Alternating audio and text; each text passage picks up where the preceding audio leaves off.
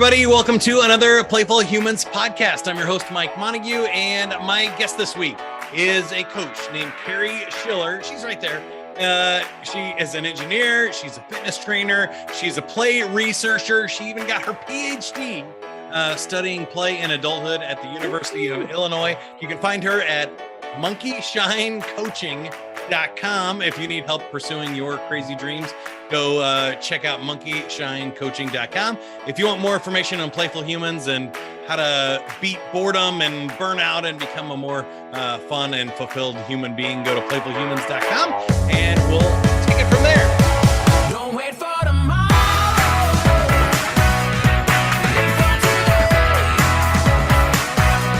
Keep chasing the sunshine.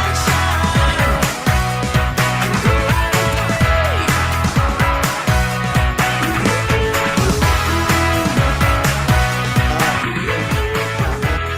All right, Kerri, we like to start with the joke of the week. The joke of the week is brought to you by belts. I bought a belt made entirely out of $100 bills. That was a complete waste of money. All right. Now, here's the official joke of the week. If you ask Rick Astley to borrow his copy of the Pixar animated movie Up, you create a paradox because he can never give you up and he can never let you down at the same time. All right. Get us started. Kerri, let's talk about play in adulthood and your research here, and maybe lack of play in adulthood is a better place to start because I feel like that's probably more prevalent than the actual play in adulthood, but I find both of them fascinating. What drew you to the subject? Oh, wow. I don't think we can take 3 days for this answer, right? Take as long as you want. It's I think it's something that has interested me for a long time. I never in my wildest imagination thought that I would study play, but as an adult, I've always picked up the Parks and Rec catalogs and noticed how many fun things there were for kids. And then looked at the, 2 pages that were for me where I could take yoga or kickboxing. And I'm like, why are all the fun things for kids? Well, that was really only a passing thing for a long time. It was at a point, around 2010, I was working at the YMCA. I had been starting to do some hula hoops, and one of my coworkers said, well, why don't you teach a hula hoop class? And I said, well, if I can do an hour of hula hoops, I don't know that much about it, but I had just been to this conference and they had played some fun games. And I thought, well, why not take this opportunity to try and get some people together and play some fun games that typically only kids play. And that's kind of how everything started. I started teaching this class. I started realizing, even though I had missed playing like that, I really didn't. I just thought it was going to be this little fun thing that I did for an hour every week. If people even showed up, to be honest, in the beginning, I really did not know if people would show up, if they were going to, look at me and point, she's crazy. Thank you, Kerri, for your service here, but we don't think we need you anymore. People started showing up, but to me, it was a lot more than the hour of this kind of, silly, pointless fun. It had really almost a profound effect on me personally, way beyond what I thought it would. And I started noticing how it affected my mood for the rest of the day, how it affected kind of, to me, I think the overwhelming thing was the effect on my mood and my mental health for the rest of the day. And I thought, wait, why are we not doing more of this? I had attended one or a couple of play conferences, I think, at that point. And the other thing that really struck me was there's very few people studying play in adulthood. It's like, wait, what's going on here? This doesn't cost, this doesn't cost a lot. This is something that almost anyone can do. I was playing these games, what people think of as children's games, with people who are in their 50s, 60s, 70s even. These were not athletes. We were playing silly things like blob tag and Foursquare. I was like, why why is nobody interested in this? And that's ultimately what led me to find, it turns out that I had an opportunity through some of the play conferences to study play. And I thought, well, nobody else is doing it. This would be a really interesting way to learn more, to get more deeply into this and just see where it leads. And so that's the, not the long answer, not the short, that's the medium answer. That's the Goldilocks answer. That's Goldilocks perfect. answer I love it. There's a ton of stuff to unpack there, and I'm excited to jump into it. I can relate to that a lot. I think how I came to it is through my childhood and even like early adulthood, I was still encouraged to play. I was a radio DJ, karaoke host, and I love performing in sports and stuff. And so I was able to keep that up until about 30. I got married and kind of got a corporate job and stuff, and kind of found myself falling into adulthood even later than most people do. You know, they're probably at least 6 years ahead of me. But still having fun and building that in part of my personality. But I've always thought that same thing of like, if play is for kids, then what age is play not recommended? Like, in 20s, you shouldn't play. Well, that's not true. You think young adults should go out there and stay active and healthy and, build up their endurance because they don't want to lose all that youthful energy that they have. And senior citizens, we want them to go out and play. And in retirement, you're encouraged to go and you need to move and keep your body and your brain sharp and stuff. So really the problem is like those middle years of either you have kids or a job or other things where you can survive maybe without it. It doesn't mean you'll be happy or fulfilled or anything, but we feel like we have to work maybe in place of it. Do you think that's one of the biggest things, or what do you think really causes the lack of adulthood play? Oh my gosh, I agree 100% with everything you said there, and especially that loss of in the middle where we're expected to focus on other more important things, right? And you can survive without it, but For a while. surviving and thriving are different things. But yeah, definitely, in college. So my dissertation focused on, partly just because this is what was accessible to me. This is what was realistic to do my research project. But I did my research project with students in our recreation, sport, and tourism department. And so definitely, when you're in the 20s, especially when you're in college, there's a lot of opportunities. You're encouraged to play. I think I could already see how they were kind of, I suspect it's a long process that probably starts maybe even when we're less than 10 years old, where we're slowly being socialized that, okay, as you grow up, you got to leave these things behind, and it's only okay to do this maybe a little bit, maybe only certain things. When you get to a certain age and you have a job and a family, then you need to focus on that, because the implicit, I think, message is play is not important, or it's not as important as these other things. So I think definitely in the middle, those middle years, when you're working, when you retire, that's a time when people think, well, you're allowed then to start doing kind of more of what you want to do. Fun again. Yeah. Why that is? Boy, that's a complicated question that I don't necessarily think I have an answer for.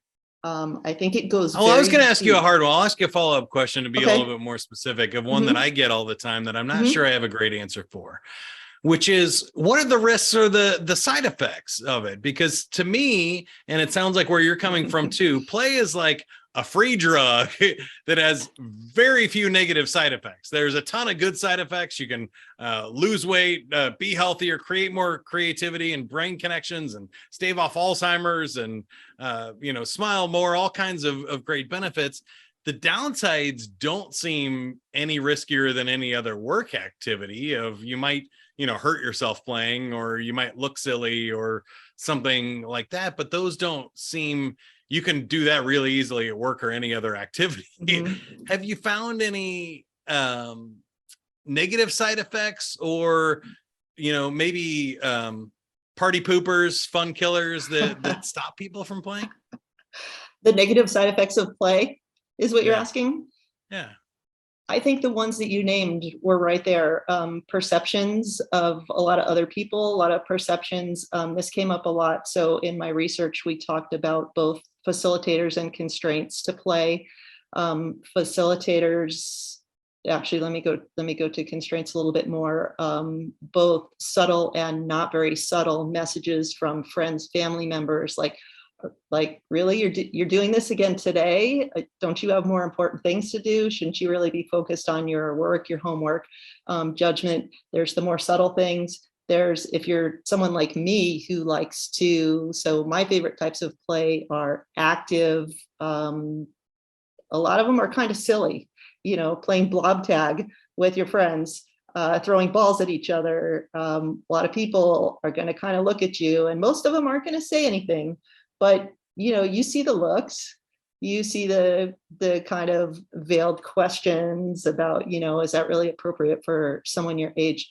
You touched on possible negative side effects as, yeah, if you're 40 years old, 50 years old, 60 years old, and you're not accustomed to doing things like that, you can fall and get hurt.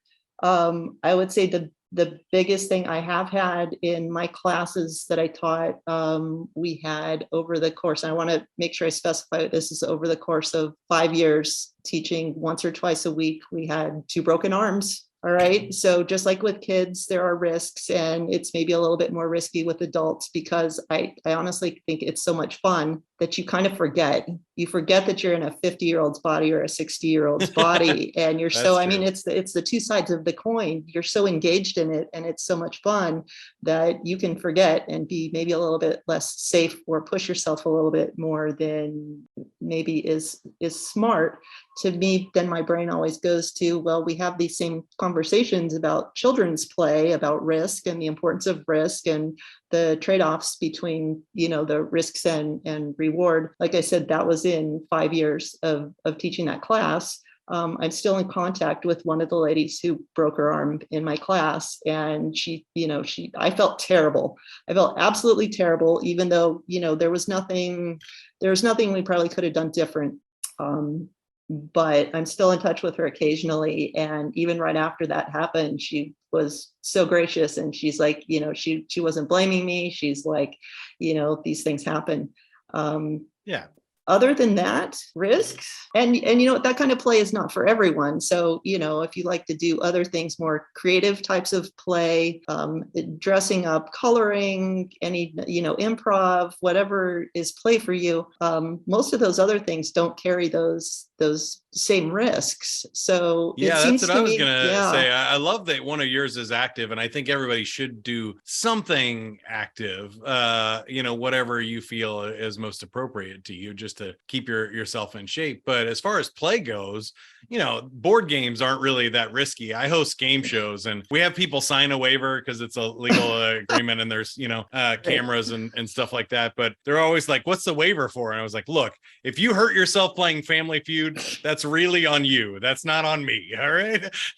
So I think like that kind of stuff is fun. You can have a lot of fun without putting yourself in physical risk. But I do think there's advantages to that too. And you kind of hinted at it, but maybe I was going to ask you about some of the benefits of exploring risk, because what I found is most people, I think the other problem is they're trading security and safety and comfort for their happiness.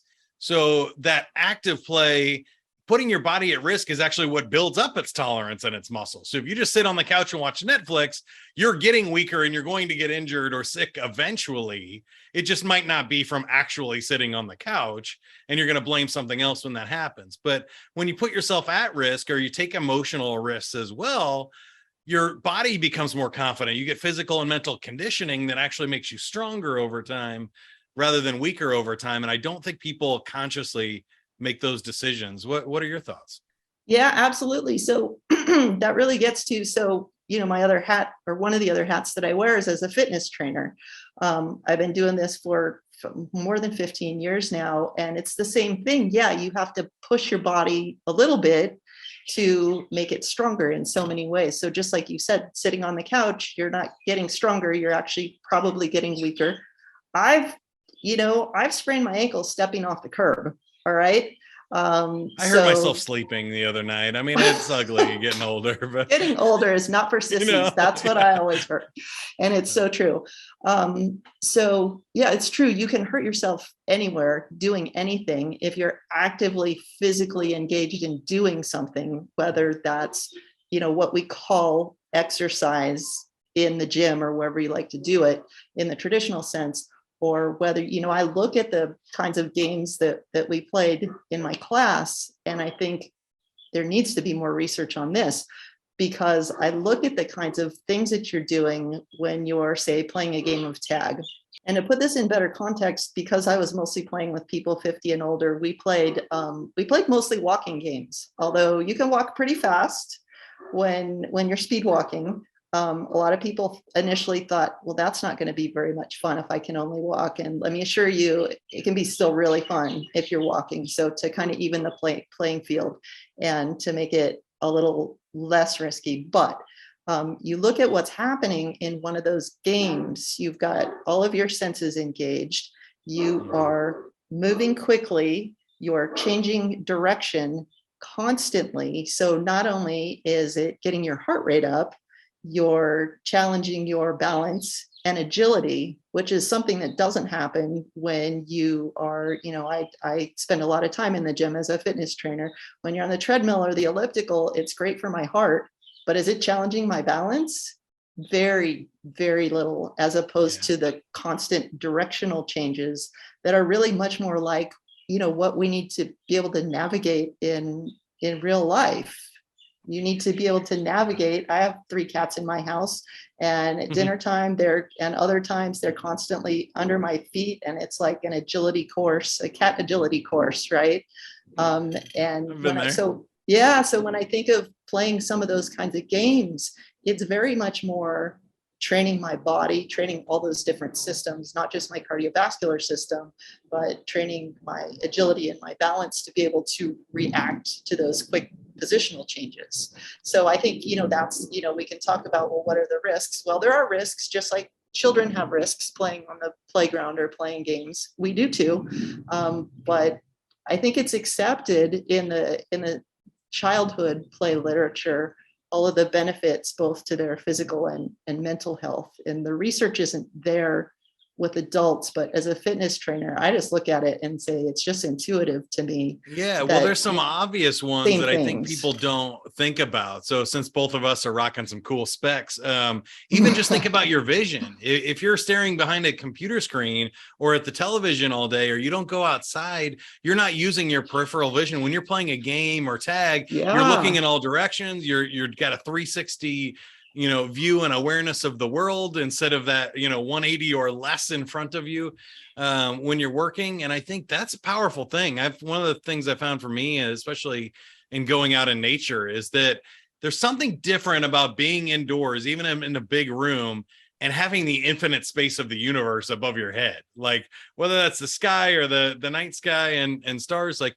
when you get out, and maybe it's just because I just got back from the Grand Canyon, but like there's a different level of awareness and consciousness when you're outside or you're playing and you're moving, that your body needs, I think, to be happy and healthy. It makes sense to me. It totally makes sense to me. And that's actually an interesting link that I maybe never thought of with the vision. I was just teaching a balance seminar last weekend for some of our seniors here, and we were talking about the importance of engaging all the different systems, about engaging the vision, the eyes, about engaging the vestibular system with movement of your head. And so, we talk about that in the context of, the very traditional, okay, stand on one leg.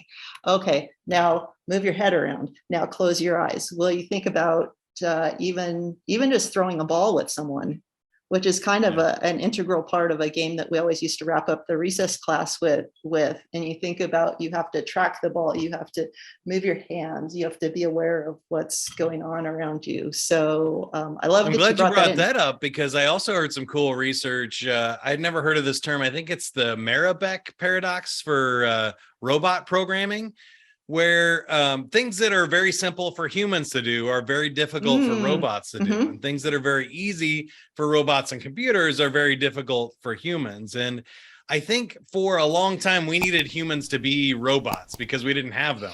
We needed them to do calculations. So we needed Right. nerds in a room running, very complicated spreadsheets and stuff to do complicated math. And we needed robots in the factory. So we had humans stand there and do one thing for another. But those are very difficult for us. And for robots, things like you're talking of tracking a ball and catching it in midair, that's very difficult for a robot to program to do. They can't see, they don't have the years of experience that we do of managing depth perception and all of the evolution of our bodies and stuff. But, doing 4,324 times, 5,626 is super easy for a computer, even though it's really hard for us. So I think that's the part that people miss. We used to be rewarded 50 years ago for following instructions, for being a robot, for being able to do manual labor or to do complicated things with mathematics or forced work. But today it's not. It's the stuff that's easy for us, the stuff that's playful, that's more valuable. So computers can't engage with another human being in creative, spontaneous improv in a conversation. It can't think creatively to problem solve around obstacles and stuff, or create any kind of magic in a human interaction. That's what we need people to do. We need people to actually do the stuff that's easy, not the stuff that's hard. And I think people mess that up with their work a lot. What do you think? I think that's a very cool way to think of it. And I never heard that particular paradox before. But I think, we sometimes don't realize the things that seem simple to us, we just think are simple. Yeah, and that's what our humanity is. But sometimes that's our purpose. We look for things that are hard because we think it's supposed to be hard. But it's supposed to be hard. It proves something if we can do something that we that's too easy. That hard, can't be what I'm called to do, or that can't be how I can make a living is by hosting game shows. That sounds too fun. Or that sounds too easy, right? Like I should have to work a lot harder to do this, but I don't believe that to be true. So I wanted to ask you about some of the stuff in your career here, but before we wrap up, is how have you found your way through that? Did you have boring office cubicle jobs and have to rediscover this in adulthood? It sounds like you've gone back and forth from engineering and other things. Tell us about the path. How have you reconciled all of that in your head? I don't know that I have still reconciled all of that. I think it's a lifetime of being programmed by our culture that, you have to, work hard, and work hard looks a certain way. I was probably a very serious young person. I probably thought very highly of myself. It's a little embarrassing to say this now. I studied engineering, and I had a picture of how my life was going to be. And I got out in the world, and I was like, what? This is what this is what I'm going to do for the next 40 years. Oh yeah, definitely cubicle. And you can probably guess from some of the things that I've told you, I'm not someone who sits for 8 hours a day real easily. But it took me a long time to find my way out of that. I had a perception of myself as a certain kind of a person.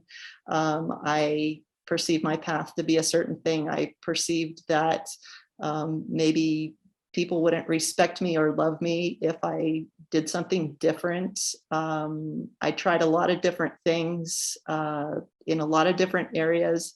Well, I thought it was a lot of different areas till I realized one day that they were all kind of variations of the same, maybe kind of office professional job. And I think really the switch that really helped me was when I decided I was going to study to be a personal trainer. And I didn't know any personal trainers. I had never worked with a personal trainer, but I looked at what subjects that I needed to know about. And I thought, this sounds really interesting.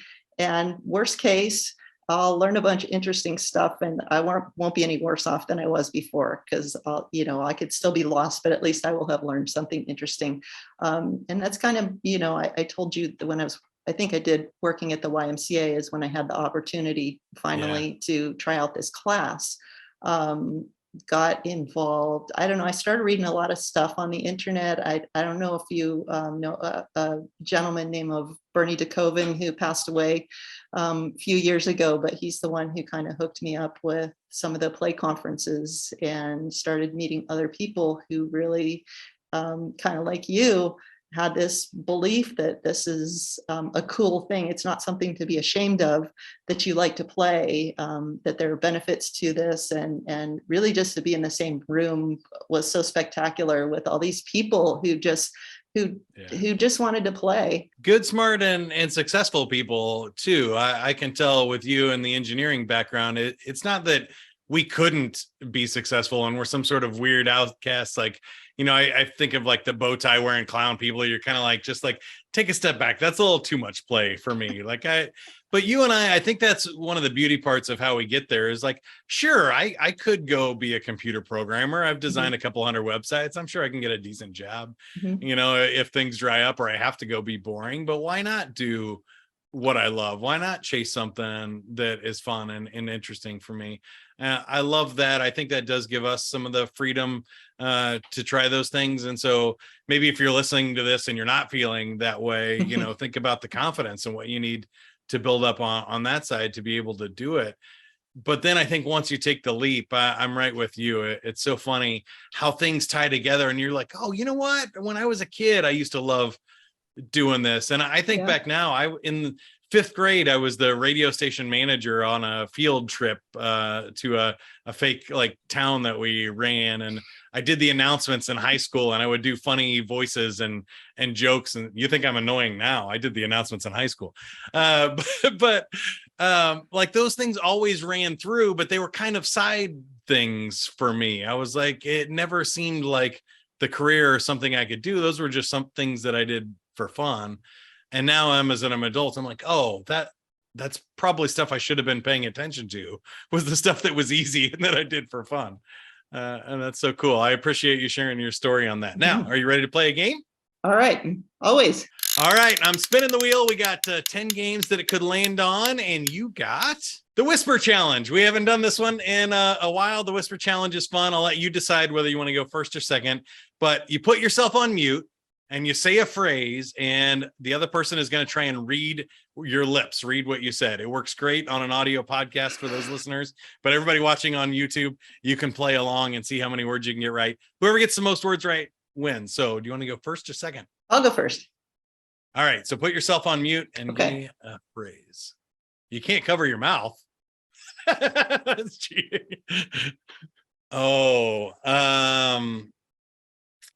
I don't want to, I think I know what you said maybe, but I don't want to put it. Was my name in there? Nope. Okay. So something else is awesome. And I kind of saw like interview in there. So something interview was awesome. Or is it? What'd you say? My favorite food is ice cream. Oh no! I only got one. I got the is. I mean, the awesome really ice close. Cream and awesome, and you are. It's a very easy. Yeah, it's very easy to confuse. Well, my favorite and Mike Montague probably look pretty close together. Actually, too. They probably do. Yeah. Okay, your turn now. Here we go. Okay. There you go. Are you sure you actually said real words there? You want me to do it again? I'm pretty sure you just, It's one of my favorite quotes. Wow. I have nothing. Do people really get close? So I think I win this more than the guest does. Well, you obviously have more practice. Yeah. Okay. Now I'm just trying to think of a quote, any quote, a play related quote. To truly play, man must play like a child. I have no idea what you said. Mike. I like it, but no words right on that one. I win again. That was the Steve Martin quote. Be so good they can't ignore you. I got Steve Martin down. Oh, I love Steve Martin. Yeah. I recognize that from my childhood.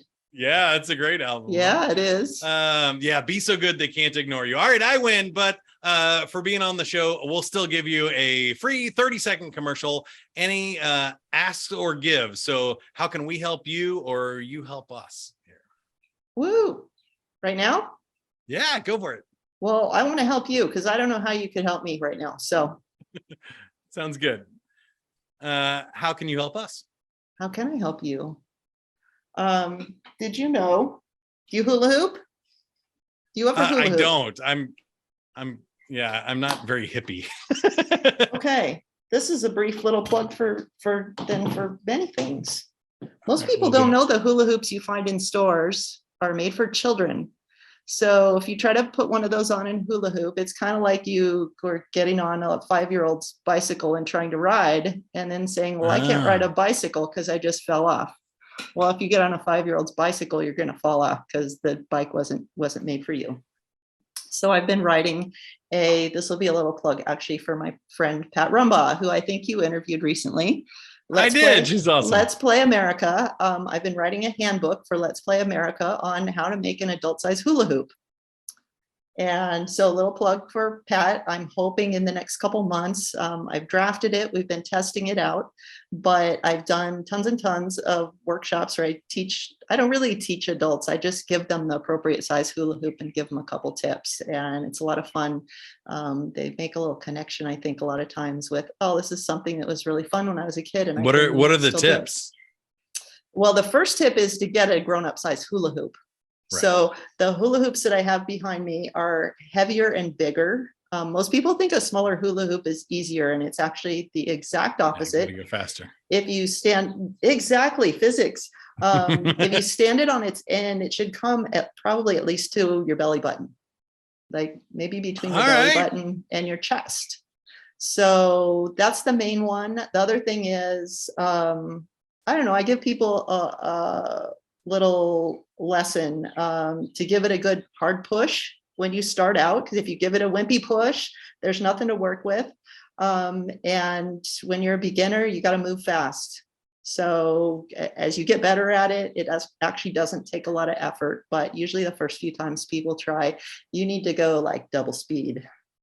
That's a super fun gift today. I appreciate you sharing that one. Yeah. I found that with juggling and stuff too, that when you have somebody that knows how to do it, a couple of tips and then a little practice is all it takes. And you can pick up a fun skill. And believe it or not, there are awkward times in your adult life where you're called upon to hula hoop, trying to think. I think I even was on stage or in some sort of like Disney World competition to win something for like my niece, and I did not win, but now I can practice and I can have some hoop. I needed a bigger hoop.